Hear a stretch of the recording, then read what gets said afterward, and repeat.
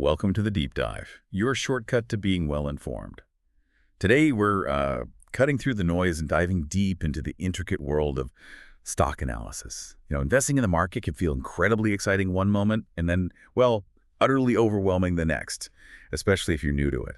It's just so easy to get swayed by a stock's price alone, thinking, if it's going up, it must be a good bet. But we know better than to just look at the surface. So let's unpack this.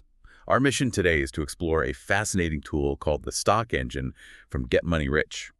This isn't just another screener. It uses sophisticated algorithms to genuinely understand a company's financial health and growth potential. We're going to pull back the curtain on the how and why behind this algorithmic approach, showing you how it transforms raw data into truly actionable insights for making smart investment decisions. It's so true. Relying on, gut feelings or popular opinions when investing is a common pitfall. And frankly, it can be a dangerous one. Think of it like this. Only checking your weight when you go for a health checkup gives you a very incomplete picture, right? A doctor needs a full range of factors, blood pressure, cholesterol, heart rate, to understand your overall health. Companies are no different. The Stock Engine uses a multidimensional strategy, much like that comprehensive doctor's checkup, to provide a holistic view of a company's true financial strength. That's what's really powerful here. That's a perfect way to put it. We're looking for genuine health, not just a number on a scale. So tell us, what's the core promise this Stock Engine delivers? If it's not just a screener, what does it truly aim to answer? Well, at its heart, the Stock Engine is an analytical engine. It's designed to answer two crucial questions for any investor.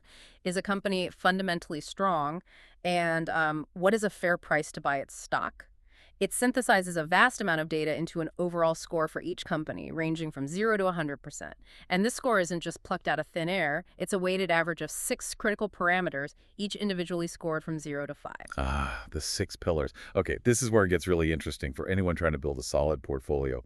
What are these foundational elements that make up the overall score? Those 6 pillars are price valuation, profitability, future growth, financial health, quality of management, and economic moat.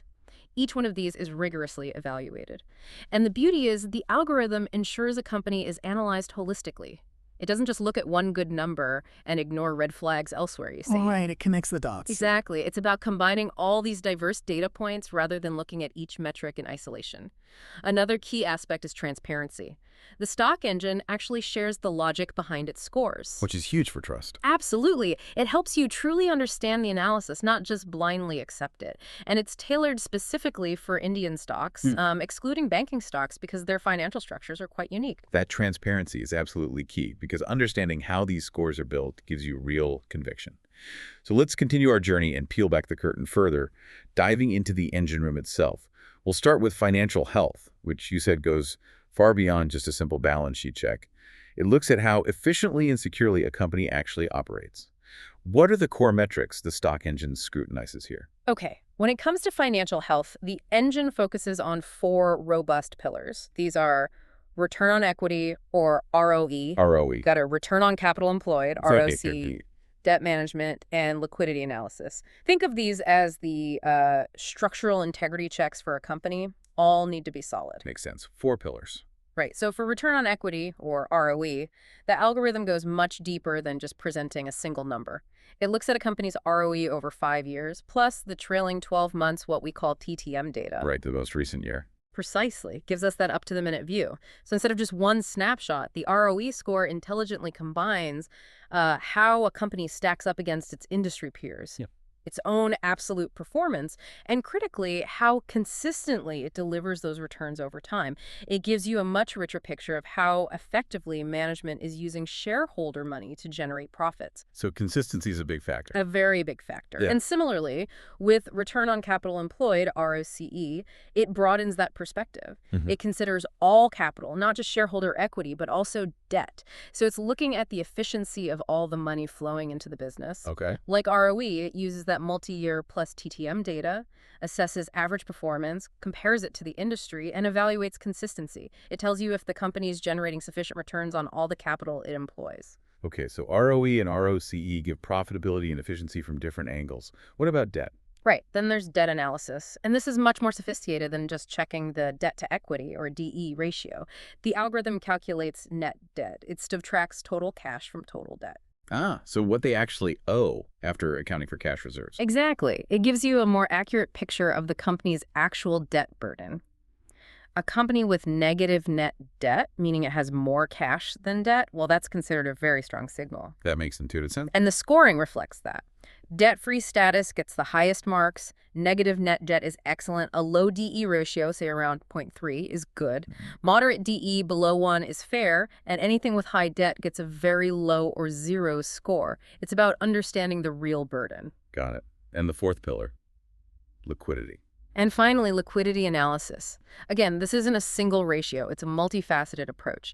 It uses the current ratio, quick ratio, and cash ratio analyzed over 5 years. The engine evaluates 5 key aspects here. The consistency of these ratios over time. Wow. If there's growth in the company's ability to cover short-term liabilities, how it compares to its industry, the strength of the absolute numbers themselves, and crucially, any recent trends. All these factors are combined using a weighted average to give a comprehensive assessment of a company's short-term financial stability. Wow, that's an incredible level of detail just for financial health. It really highlights how many layers there are. Yeah. But what if a company, say, has fantastic ROE but struggles with debt? How does the algorithm weigh those competing signals? Is there like a hierarchy? That's a great question, and a key strength of the system. The overall score is a weighted average, meaning some pillars like financial health and profitability often carry more weight in the ultimate assessment of fundamental strength because they represent foundational stability. Okay. The algorithm is designed to flag imbalances, so a strong ROE might be heavily discounted if debt levels are, unsustainable. It's really about balance. That makes perfect sense. A strong foundation isn't enough. We also need to understand its potential to expand. So let's shift gears and explore 2 other vital components, growth and profitability.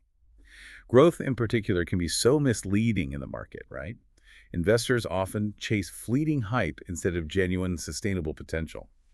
How does the stock engine's growth algorithm cut through that? Indeed.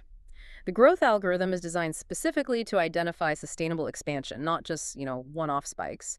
It assigns a score from 0 to 5 based on 7 key financial metrics. The first and perhaps most insightful is the sustainable growth rate, or SGR. SGR, okay. This measures the growth a company can realistically achieve using only its own profits without constantly relying on external borrowing or issuing new shares. It's a brilliant indicator because it reflects a company's internal power to fund its own expansion. It combines profitability with its reinvestment strategy. So how much it can grow organically. Precisely. Then for the other 6 growth metrics, things like revenue growth rate, EBITDA growth rate, PAT growth rate, that's profit after tax, Right. EPS growth rate, earnings per share, net worth growth rate, and operating cash flow growth, the algorithm performs a deep 5-year trend analysis. It also does a year-over-year consistency check and even adjusts for company age. Adjust for age. How so? Well, it gives more credit to established companies with a long track record of consistent growth. It recognizes that true, reliable expansion is rarely a straight line upwards, especially for newer firms. All these individual metrics are then combined using weights to produce a robust overall growth score. That's a really thorough approach to growth, making sure we're looking for genuine, internally driven expansion, not just borrowed growth.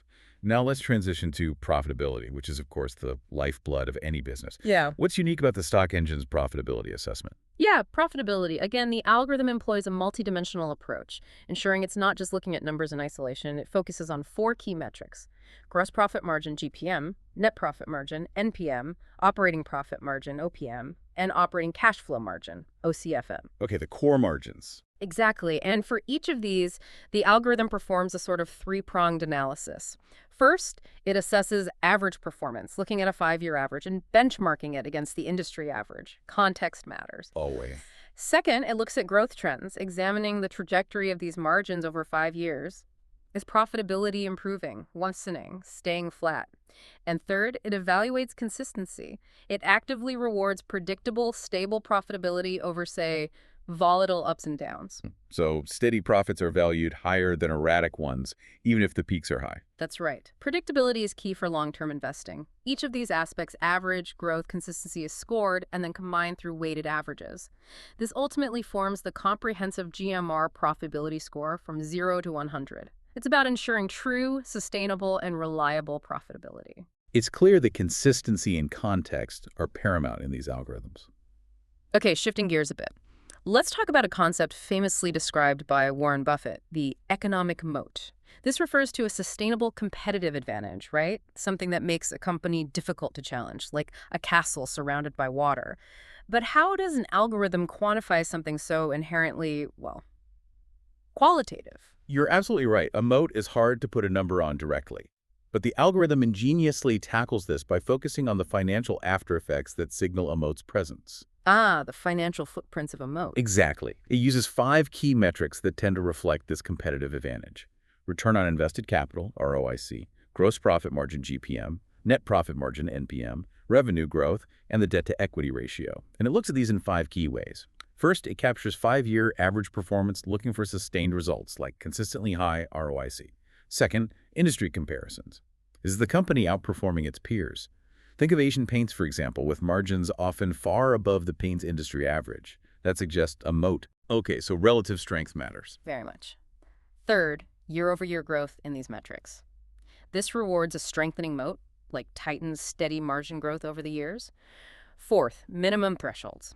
There are baseline standards, like ROIC needing to be at least 8% and GPM at least 25% just to filter out companies with weak fundamentals. And finally, normalization. This handles outliers and industry variations, ensuring fair comparisons across different sectors.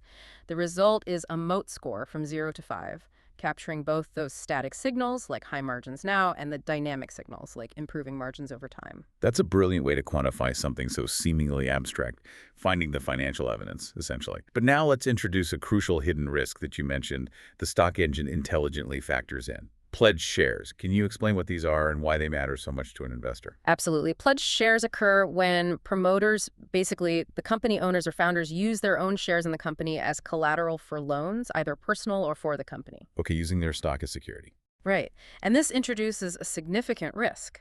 If those loans go bad, the lender can sell the pledged shares in the open market to recover their money. Which could flood the market and crash the price. Precisely. It can cause the stock price to crash dramatically. We've seen this happen with companies like Z Entertainment in the past. It's a subtle yet critical red flag that many traditional screens might completely miss. So how does the stock engine handle this?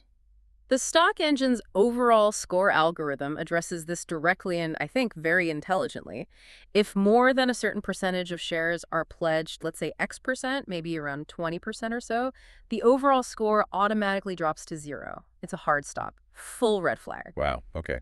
No messing around there. No, but for pledges below that threshold, the score isn't reduced linearly. It uses a quadratic penalty. An accelerating penalty. Meaning the penalty gets harsher faster as the pledging increases. Exactly. Think of it like a safety mechanism that hits the brakes harder as the danger accelerates. So lower pledges might gently reduce the score, but it gets disproportionately tougher as the pledge percentage rises towards that critical threshold. That makes sense. Risk isn't linear. It rarely is. Take Indian Hume Pipe, for instance. It might have an appealingly low PE ratio.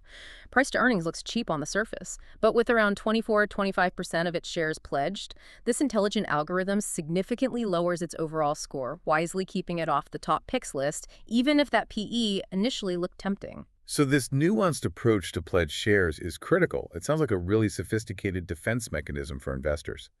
This brings up an important question, though. We've heard terms like GMR score and overall score. How do these theme-specific scores, the GMR ones, differentiate from the comprehensive overall score we've been discussing? Yeah, that's a great point of potential confusion. Let me clarify them. The overall score is the 360-degree view. It's the comprehensive health check based on all 6 parameters we discussed: price, growth, profitability, financial health, management, and economic moat. The full physical exam. Exactly. It gives you that holistic understanding of a company's fundamental strength. The GMR score, on the other hand, is a theme-specific score. It's tied to the pre-built screeners within the stock engine, things like growth stocks or undervalued stocks. Its algorithm only looks at metrics relevant to that specific theme.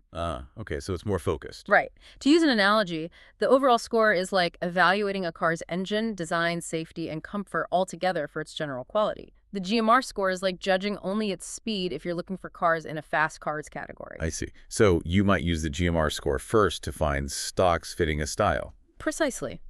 You typically use the GMR score to shortlist stocks within a particular investment theme you're interested in. And then you check the overall score for its comprehensive, well, overall strength. It ensures you're not just picking a fast car, but hopefully a safe and reliable one too. That makes perfect sense.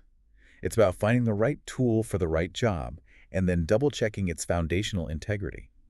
So with all these powerful algorithms running behind the scenes, how does the stock engine actually deliver these insights to you, the investor, in an easy-to-understand way? It outlines this clear 5-step process of stock analysis: access, screen, compare, access, report, and analyze or comprehend. What sounds particularly interesting are the individual stock pages and their questions and answers type output. Yes, that's a key part of making it accessible. Instead of just raw numbers, you get direct answers to key questions like, is the company worth investing in now? Is it a fundamentally strong company? Is it an undervalued stock? Is the company financially healthy? And how is the quality of the management? Plus, there's that spider diagram for a quick visual summary of how the stock scores on each of the 6 parameters. Gives you that at-a-glance insight. And to truly illustrate the value of this multifaceted analysis, let's look at the Fiem Industries case study. We can compare the stock engine's analysis with a report from a major financial portal like Money Control. It's a powerful lesson, I think. Okay, let's see it in action. Well, interestingly, both analyses actually agreed on some key points. Both saw strong growth potential for Fiem, highlighting its 22% sales growth in a recent quarter, and both noted its competitive edge, which the stock engine quantifies with a very respectable 4.15 out of 5 Moat score. So there was alignment on fundamental strengths. Good to see some agreement, but where did they differ? The disagreements were crucial, and this is where the algorithmic depth truly shines. On price, Money Control called Fiem's valuation comfortable. But that was based on a projected PE ratio of 15.2x way out in FY27. Forward-looking. Very much so. The stock engine, by contrast, flagged it as overvalued. It found the current price to be 37% above its estimated intrinsic value of around Rs 1003. And its trailing 12-month PE was higher at 19x. This highlights a fundamental difference in philosophy, doesn't it? Absolutely. Historical intrinsic value versus future earnings projection. Exactly. The stock engine relies more on the estimated intrinsic value derived from historical data and proven performance rather than potentially optimistic future projection. Okay, what else? Profitability. Another difference emerged in profitability. Money Control projected an 8.1% net profit margin for FY27. Sounds good, but the stock engine gave it a more average score, 2.59 out of 5, noting a historical PT margin of only 6.79%. Again, future hope versus past reality. Precisely. It reflects Money Control's focus on future potential versus the stock engine's grounding in historical data and what the company has actually delivered consistently. Ultimately, the stock engine's approach comes across as more comprehensive, but also perhaps more cautious. It flagged red flags like negative cash flow growth around -8% and rising debt that a purely forward-looking projection might easily overlook or downplay. So for you, the investor listening, the Fiem case study is a powerful lesson. Relying solely on future projections can mean you miss crucial present-day red flags. The stock engine's strength seems to lie in its grounded historical view, forcing us to ask, is today's comfortable valuation truly supported by proven performance? Or is it just market optimism? It really emphasizes that combining these different perspectives, the forward-looking optimism with algorithms' deep historical data-driven caution, gives you a much fuller picture for making truly informed decisions. Precisely, and that really gets to the core belief here. Knowledge is most valuable when it's not just acquired, but truly understood and applied. The stock engine's algorithmic depth is designed to provide insights, not just throw raw data at you. It embodies this unique blend of sophisticated financial algorithms that normalize data, compare against industry benchmarks, analyze trends over 5, sometimes even 10 years, and then apply that weighted scoring for a nuanced assessment. It's about getting past the noise to real understanding, giving you the clarity to act with confidence. And circling back to our initial challenge, that sheer information overload we all face when investing. This deep dive into the stock engine shows us something powerful. Transparent, robust algorithms can serve as an invaluable assistant. Really, they can help demystify the often complex process of stock analysis, whether you're a beginner or an advanced investor, helping you focus on what truly matters. So what does this all mean? Well, here's a thought to leave you with. In an age where even smart tools often lean heavily on future projections, how much more value does a system provide when it diligently scrutinizes historical data and proven performance? even if it sometimes means being labeled too cautious for a market that might be caught up in future hype. It challenges us, I think, to consider where our conviction truly lies, in predictions or in robust, transparent logic backed by proven performance. We encourage you to explore tools like these, build a solid understanding, and ultimately build a portfolio of potential long-term winners based on sound analysis.